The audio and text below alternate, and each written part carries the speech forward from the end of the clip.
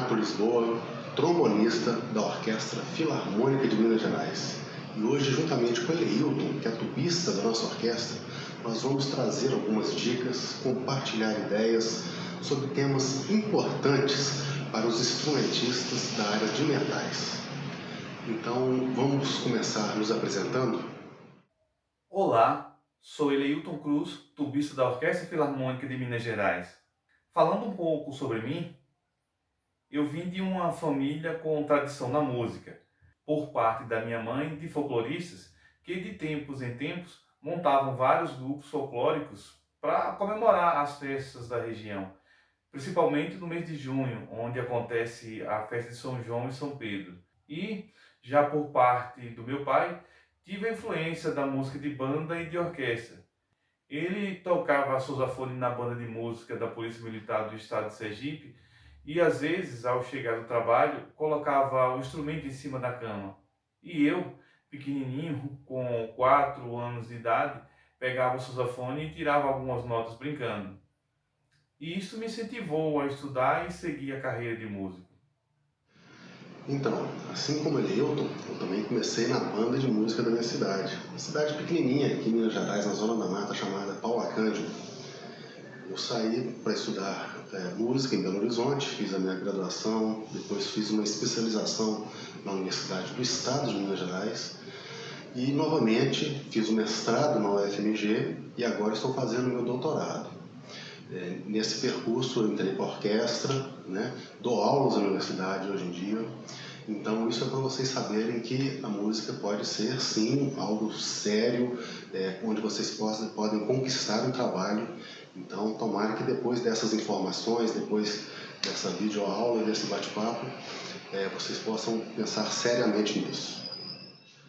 Essas importantes informações que nós vamos passar para vocês hoje foram desenvolvidas por grandes professores da área de metais e foram utilizadas por grandes instrumentistas das principais orquestras mundiais, como a Filarmônica de Berlim, a Sinfônica de Chicago, a Filarmônica de Minas Gerais, a Filarmônica de Nova York, enfim, todos os grandes profissionais utilizaram desses conceitos básicos. E nós vamos dividir essa apresentação em 4 tópicos.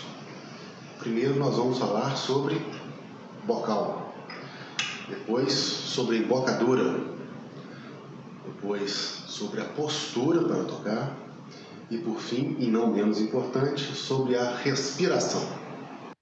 Então, vou falar agora sobre bocal. Bocal é sempre um assunto delicado, né?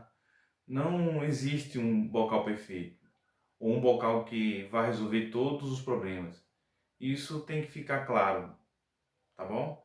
O ideal é um bocal que forneça conforto, que vai ajudar você a conseguir um som bonito e que deixe o som bem focado, bem centralizado para ajudar na afinação. O bocal tem 3 partes. Eu vou mostrar para vocês essas partes aqui. As partes do bocal são a borda, que é essa parte aqui onde a gente coloca a boca, essa parte aqui, ó. Essa aqui é a borda. O copo, essa aqui, toda essa parte aqui que é o copo. E o chenk, esse aqui, ó. Chenk ou canela. No que diz respeito à borda, é ela que vai entrar em contato direto com os lábios. E é isto que nesse primeiro momento devemos nos preocupar. Ou seja, qual tipo de borda vai proporcionar mais conforto? Existem bocais que a quina da borda é pouco mais viva, mais acentuada, e que pode causar certo desconforto para alguns músicos. Vejam, ó, a quina da borda é esta aqui, ó. Aí às vezes ela é bem fina, né? Como eu poderia dizer, né? Ela tem uma quina bem acentuada. Então esse acento aqui, né? Quando você encosta na boca, no momento que você vai tocar, ela de certa forma para alguns músicos machuca. Esta minha borda, ela é mais arredondada, né? E esse meu bocal, por exemplo, ele me traz mais conforto, de borda arredondada. Eu apoio e não tem problema algum. Então, exatamente esse é o ponto muito importante na escolha de um bocal. Por saber que cada pessoa tem um lábio diferente, a arcada dentária diferente, então, por isso, cada um poderá ter uma escolha diferente de bocal. Um outro exemplo, a escolha do bocal, é com relação à extensão, que é quantas notas, quantas oitavas você é capaz de conseguir utilizando um determinado bocal. Um aspecto importante também ao tocar é não apertar o bocal na boca. O bocal deve ter o contato natural com os lábios, que vão vibrar e produzir o som. E se tiver uma pressão grande apertando os lábios, eles vão diminuir a vibração e você vai se cansar rapidamente e o som não será muito agradável. Resumindo, é importante falar então que se você toca com um bocal que traz conforto, isso vai fazer com que você atinja mais notas e tenha um timbre de qualidade, ou seja, um som bonito. Esse bocal que estou mostrando aqui me proporciona tudo isto, faz tudo isso que te disse.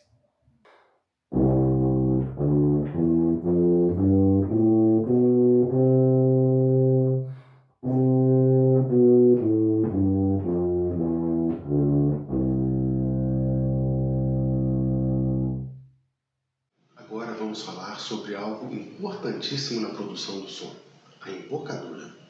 O que significa embocadura? Significa estar com os músculos ao redor da boca enrijecidos, ou seja, duros. Isso vai produzir então a boca dura, embocadura. É isso que significa, boca dura, embocadura.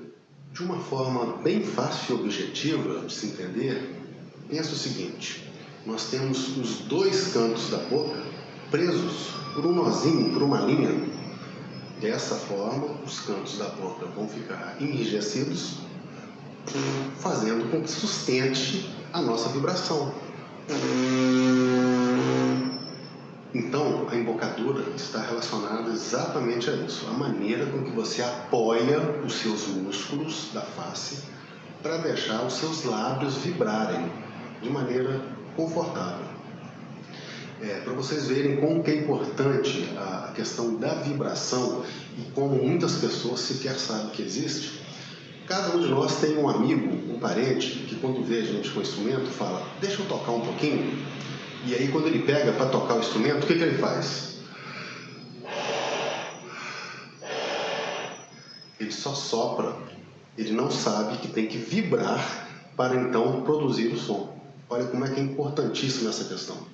A postura da sua embocadura vai te dar resistência para você tocar por mais tempo sem se cansar. Uma questão que às vezes gera polêmica é a questão da posição do bocal nos lábios. Qual é a maneira correta? A resposta é: não tem maneira correta, isso varia. Cada um tem uma arcada dentária, então o bocal pode ficar um pouco mais para cima de uma pessoa e sair maravilhoso o som, um pouco mais para baixo e também ser maravilhoso, né? Há um padrão que se criou-se que a maior parte do bocal fica na parte de cima.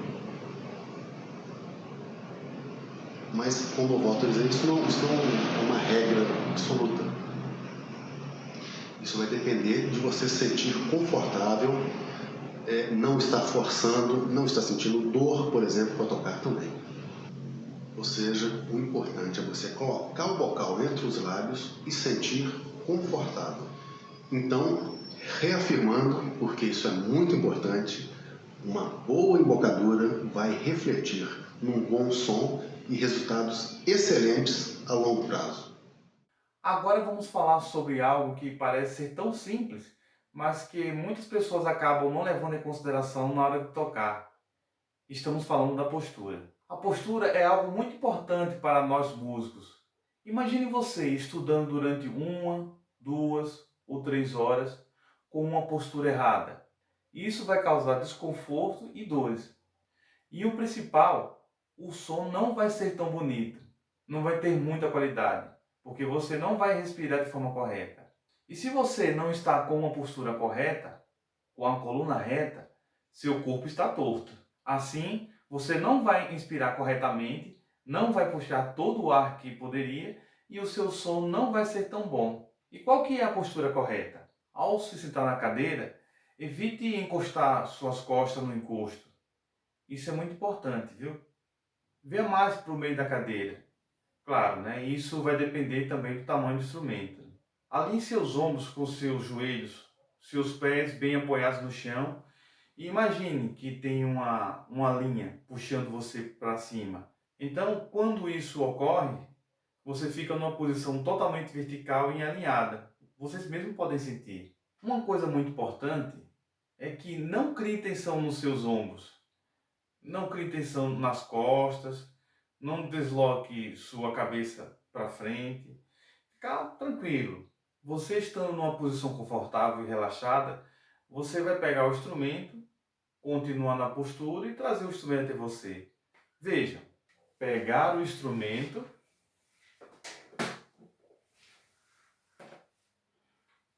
ver se está confortável, observar se o bocal está alinhado com a sua boca, aqui ó. Uma coisa interessante também é que, dependendo de sua altura, pode ser que seja melhor ajustar a tuba na cadeira entre suas pernas, né? Posicione suas mãos corretamente. Você deve inclinar levemente a tuba e colocar sua mão esquerda para apoiar.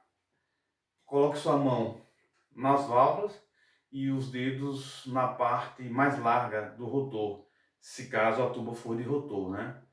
E se for de piso, você deve posicionar colocando as pontas dos dedos, olha. Uma outra coisa interessante é que a maioria das tubas tem um pequeno anel para você colocar o seu dedão. Vejam, ó, o anel é esse aqui, ó. Vou virar aqui, certo? É esse anel aqui, ó. Aí você coloca o seu dedão aqui. Este anel vai fazer com que a sua mão se mantenha no lugar correto. Evita movimentos. Nos sosafones é necessário fazer os ajustes no tudel. O tudel é a parte onde a gente encaixa o bocal, seria isso aqui, mas só que no sosafone. Então você ajustando, você consegue adaptar e chegar até a sua boca, né?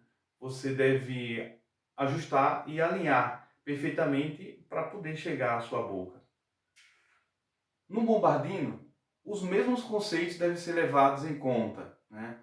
A diferença aqui é que o bombardino, ou eufone, que é o nome técnico, ele sendo menor, eu não apoio ele nas pernas, né? Eu simplesmente seguro firme e com a mão esquerda levo até o meu corpo. Então, eu seguro o bombardino, o eufone, e levo o instrumento até o corpo, ó. Bom, falei mostrando a tuba e o bombardino porque são meus instrumentos, né? Mas esses conceitos de postura se aplicam a todos os instrumentos de metal. No caso da respiração, é bom definir alguns parâmetros para nos ajudar a tocar exercícios, peças e estudos, né? Por exemplo, quando estamos fazendo algum estudo, podemos determinar de quantos em quantos compassos vamos respirar. Então, dessa forma, a gente marca na parte e determinamos se respiramos uma vez a cada frase musical ou mais que uma. Eu vou tocar a escala subindo com uma respiração, depois respiro mais uma vez e desço toda a escala.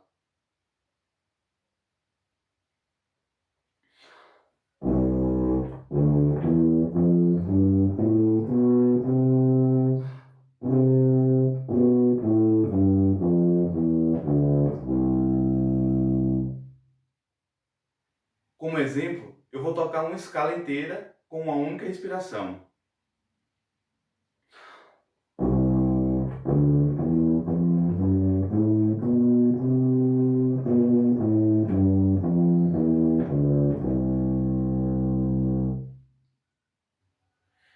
Durante os trabalhos que tenho feito, tive a oportunidade de dar aula para crianças e adultos que não tiveram familiares na área da música. Ou seja, não tiveram influência de ninguém na família com relação à música. Pois bem, sabe que só pelo fato deles gostarem e ter um certo envolvimento com a música, muitos conseguiram e conseguem superar as dificuldades e terminam tendo um bom desenvolvimento do instrumento.